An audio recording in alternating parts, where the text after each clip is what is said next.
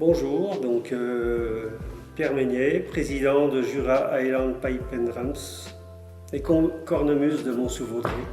Bonjour, je m'appelle Damien Weiss et je suis au Jura Highland Pipes and Drums où je suis cornemuseur. Bonjour, Isabelle Vincent, je joue de la cornemuse avec JHPAD depuis 4 ans à peu près. Je m'appelle Bruno Martin et je suis cornemuseur au JHPAD. Il y a un nom qui revient beaucoup dans cette association, qui a été le formateur pour beaucoup, et ça a été mon cas. J'ai rencontré Reinhard von Metteren lors d'une manifestation culturelle publique. J'ai revu la date il n'y a pas si longtemps dans un article, c'était le 24 mars 2009. Le 1er avril, 2 semaines après, j'étais déjà son élève.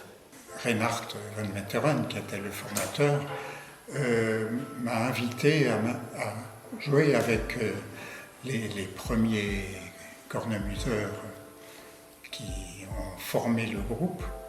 Et donc, je me suis lancé à jouer avec eux. Au bout de 6 mois, on a commencé à avoir des projets de monter une association. Donc il y avait déjà Bruno qui était là, on était déjà 4. 1, 2, 3, 4, on était 4. Et puis là, on a créé l'association en 2016. À un moment donné, c'était une de mes premières manifestations. Il y avait Reinhard, alors il faut l'imaginer avec l'accent écossais. Damien, oui. Est-ce que ça te dirait de jouer Coco the North? Je me sens pas prêt. Ce n'était pas une question. 3, 4, et on joue. On joue en marchant à 2, côte à côte, devant une assemblée silencieuse, mon cœur qui s'est arrêté de battre le temps de jouer ce morceau et de me dire « Waouh, je m'en suis senti vivant ». Ce qui me plaît le plus dans cette musique, c'est d'abord l'originalité de l'instrument. J'aime bien les instruments un peu particuliers. Et quand j'ai été en Écosse, j'ai été vraiment complètement conquis par un petit groupe de village qui jouait dans une kermesse, mais où je sentais qu'il fallait s'écarter du chemin, tellement c'était puissant. Et pourtant des jeunes personnes, ils étaient peu nombreux, mais c'était vraiment d'une force absolument incroyable. Ce qui m'a énormément séduit, c'est la portée que pouvait avoir cet instrument dans une manifestation, l'aura supplémentaire qu'il pouvait apporter, et également, il faut aussi l'avouer, c'était que ce pipe major, Reinhard, amenait avec lui toute une culture.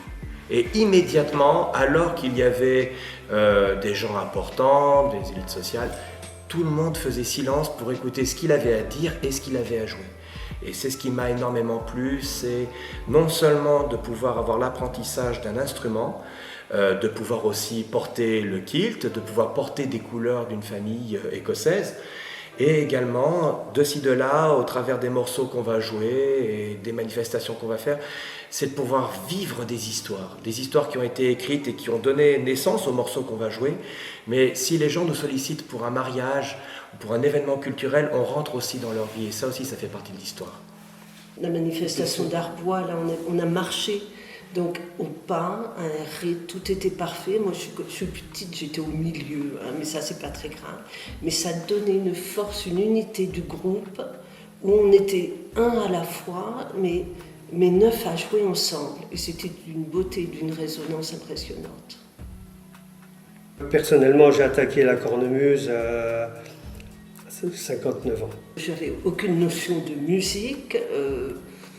Rien, j'ai croisé des personnes qui jouaient de la cornemuse, ça m'a attirée, je ne me suis pas posé de questions, c'était très bien, mais comment on fait de la cornemuse sans connaître la musique? Et bien ça s'est passé, j'ai fait assez rapidement. Donc en 1 an et demi, j'ai commencé après à apprendre de la cornemuse, au départ c'est le practice, c'est après la cornemuse. C'est vrai que c'est pas triste, au départ j'ai des petites anecdotes parce que je m'entraînais, on s'entraîne à faire un son. Donc n'étant pas du tout habituée, il y avait un oiseau, c'était dans la forêt de Chaux, je préférais ça pour pas trop embêter les voisins. Et puis je faisais une note à la cornemuse, qui était déjà un exploit, et l'oiseau me répondait. J'ai dit, bon, c'est du hasard, mais si, il me répondait. Puis à un moment donné, il en a marre, il m'a fait 2 notes pour essayer de me faire comprendre que je devrais passer à la deuxième 2 notes. Donc, et puis depuis quelque temps, donc, j'arrive à suivre avec un certain nombre de musiques à la cornemuse, mais je ne suis pas du tout comme ces messieurs, je ne suis pas au départ, je n'ai pas travaillé avec Reinhardt, bien que je l'ai croisé.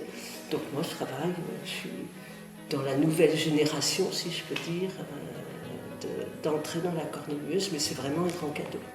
Bonjour, Thierry Vincent, Pipe Major de Jura Highland Pipes and Drums.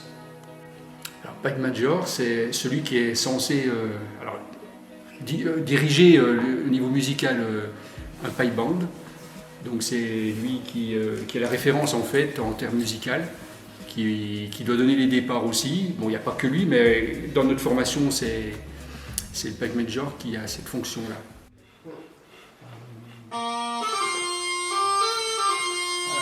Alors.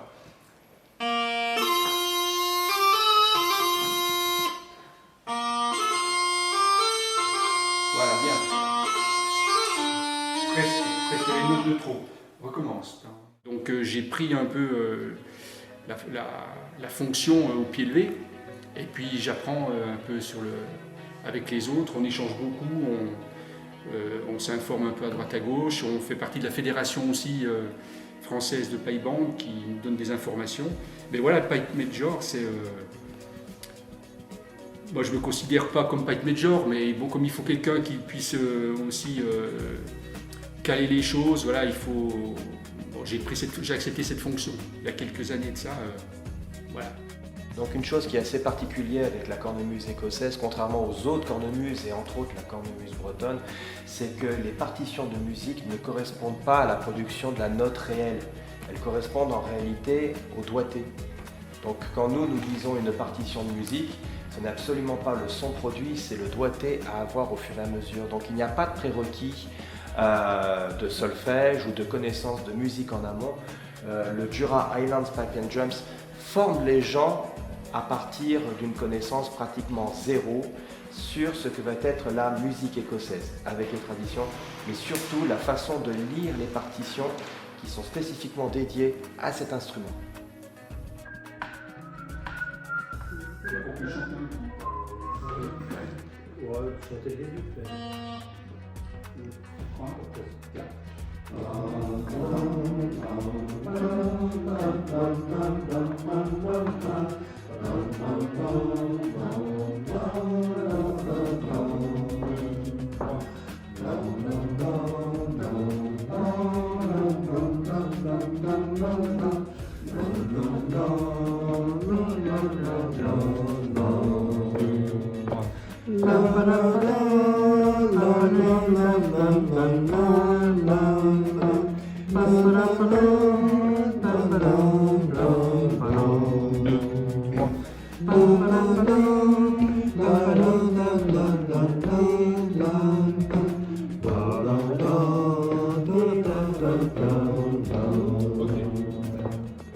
Une manifestation, ça va être alors, surtout tout ce qui est commémoration militaire, et puis aussi tout ce qui est les fêtes, les mariages, également les enterrements, tout ce qui est cérémonie. Et puis maintenant il y a aussi des personnes qui nous appellent pour animer des fêtes, de village, bon, il y a des anniversaires aussi, voilà, on touche un petit peu à tous les types de manifestations.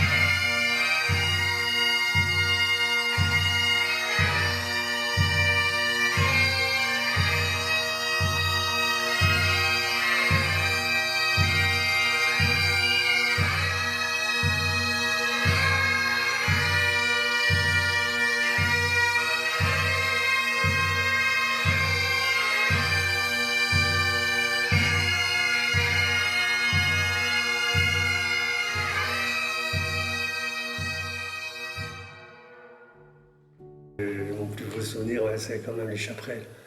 Parce que c'était quand même grandiose. C'était en plus une salle mythique là où on a joué. C'était une opportunité qui était géniale. On a vibré, c'était bien. Par contre, il y avait plein d'autres choses, hein, mais c'est vrai que...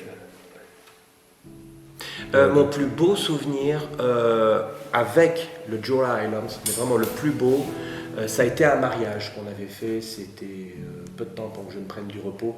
On était dans une magnifique église. Il y avait un très très jeune couple dont la famille avait vraiment insisté pour avoir une très belle cérémonie. On était dans un cadre vraiment privilégié et l'acoustique était vraiment magnifique.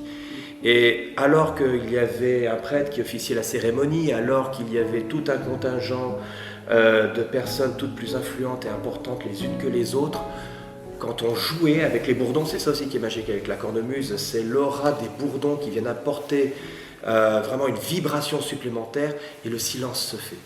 Ça, c'était vraiment un moment extraordinaire qu'on a vécu ensemble. C'était vraiment très beau. Mon plus beau souvenir, c'est de jouer avec l'orchestre des Chaprets. Celui où j'étais soliste, ça a été vraiment un challenge pour moi et qui était une découverte sensationnelle de jouer avec tout un ensemble.